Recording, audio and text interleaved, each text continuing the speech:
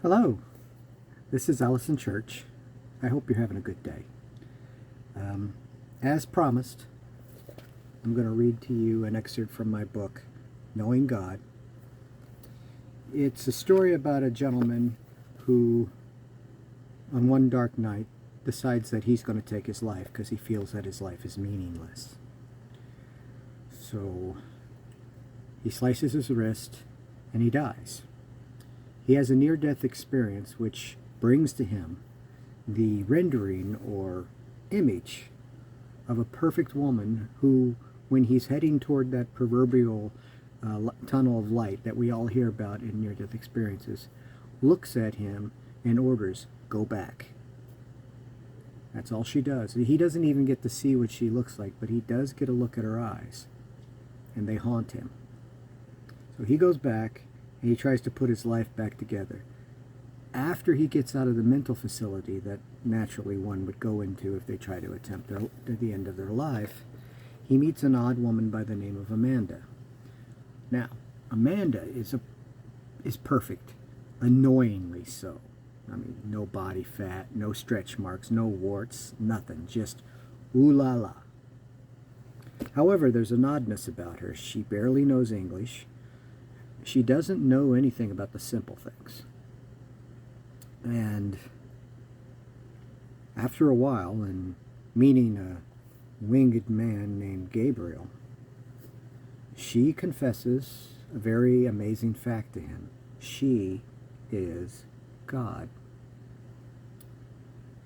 Well, ultimately, his best friend, an African American woman by the name of Christy, meets her. And this is interesting because she's a lesbian. And you know how the Jesus Crispies always say that alternative lifestyles are toxic and a mortal sin and yada yada yada. You're going to burn in hail, fire, and brimstone and stuff. I don't follow that philosophy.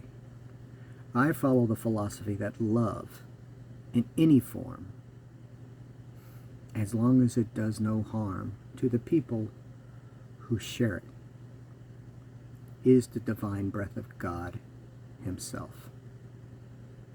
So, if anyone knows love, they will know God. So, let me put on my glasses and I'll read to you the excerpt, which to me is one of the important passages in the entire novel. Okay, and it's Knowing God, and it's under my dead name, Donald Allen Kirch, which doesn't mean you should hold it against me because he deserves credit for this book, not me. Okay, chapter 25, page 191 of Knowing God. "Christy, please rise up," Amanda insisted kindly. My friend, upon coming face to face with Amanda, suddenly dropped to her knees, bowing in the woman's presence. The act made several observers in the park pay particular attention to both her and Gabriel. I mean, how often does one see an African American woman kneeling in front of a young white woman standing next to an archangel and not start to question the situation as a whole? Amanda's careworn and sad eyes suddenly turned to me for help. Here she was, God and Lord of creation, with infinite power and unmeasured influence over everything, and she turned to a lowly human for help. I think I loved her more in the infinity of that small moment than at any other time, in all the time that I knew her. In physical form, that is.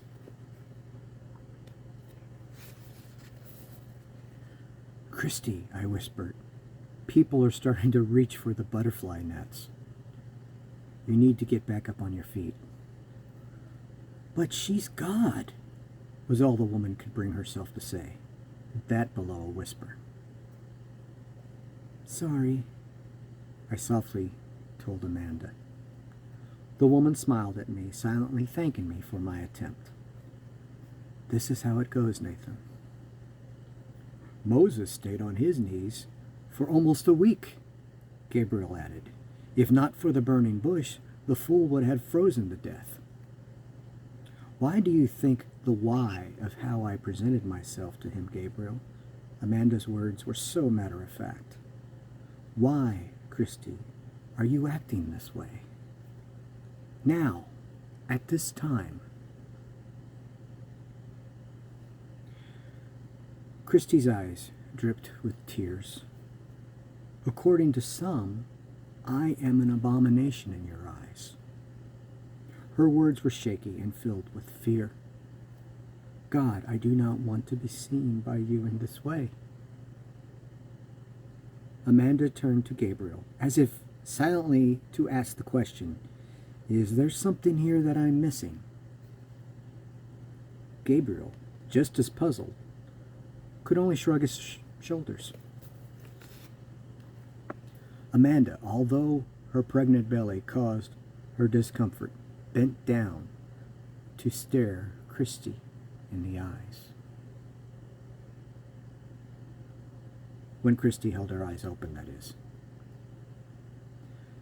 I am gay, Christy said the words as if her body was made out of cancer. She proceeded to tremble in an almost childlike fear. Amanda huffed out a surprised laugh.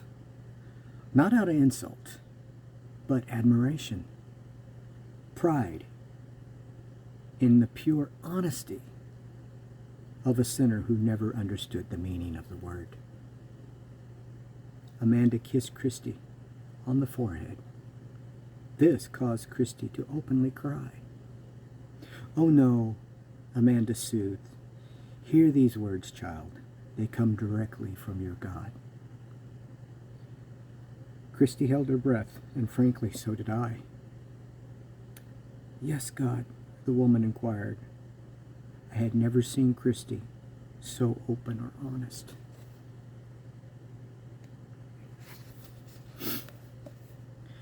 I do not care how you love or how you are loved while during your mortal life.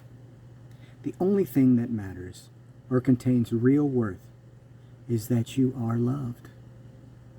Life is finite for a reason, so that when you come to live within the walls of my kingdom, you would have known something even more potent than even me, love. Even I was born from love. There is no wrong way to love, Christy, unless its roots are evil or one of being used. Love is the center of creation. Cherish it and be not afraid.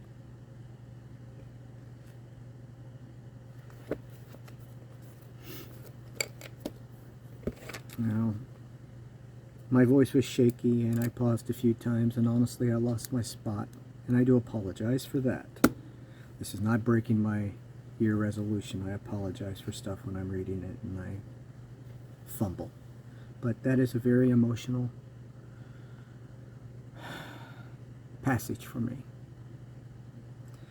At the time that I was writing this, I was still in boy mode. And the creation of this book was from the frustration I was facing of facing my gender dysphoria.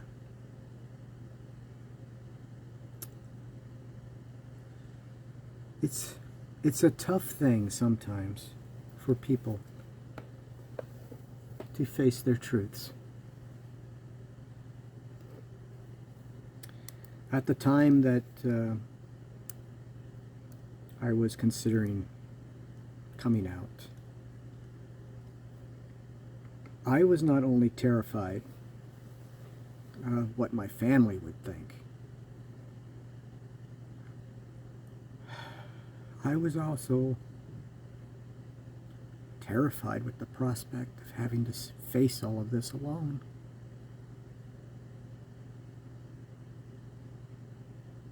I think the reality of facing this alone terrified me more than the rejection of who I am. And I almost lost all of my family. There are a precious few who have decided to still accept me, and I thank God for them. Speaking of miracles, I wanted to thank you all for your kind words and the sense of bravery that you said that I possessed when I showed you pictures of what I look like under all of this. When it comes to makeup, I have good days and I have bad days. Today is more of a relaxed day because it's Sunday, and on Sundays I don't really cake it on, as they say.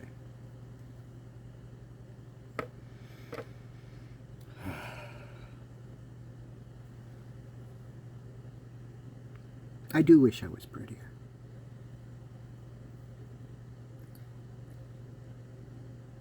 I have another movie watching event that I'm going to do with the gentleman I told you about yesterday. And there's only one way to deal with confusion or life-changing events like that was, and that's William Shatner. We're going to watch a very bad movie he did, his pre-Star Trek The Motion Picture days. It's called Kingdom of the Spiders, and believe me, it's as bad as it sounds, but it's pure shat. I mean, you gotta love the guy. I mean, I think that's the only reason he did T.J. Hookers, because he was looking at a way to get out of the captain's chair. But it is kind of cool that he is, to this date, one of the only stars of the Star Trek legacy to actually go up into space and touch physically the face of God. Or poetically, because if you touch it physically, I think you're venturing on to your death. But that's cool that William Shatner's actually been in space. I'm sorry, I'm a nerd. I got a nerdgasm going on here.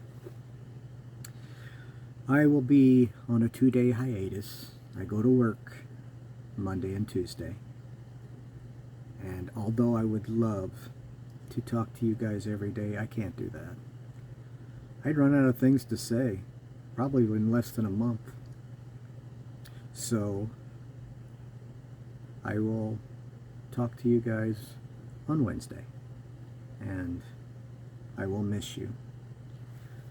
Again, thank you for the kind words and encouragement that you give me. What you have said to me is priceless.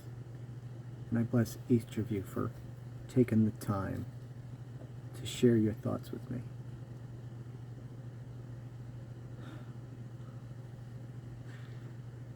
I am a very, very blessed person.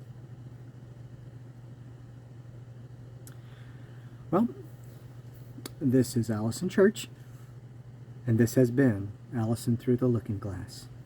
I want you all to have a great night, and when you can, please show each other kindness and the respect everybody deserves.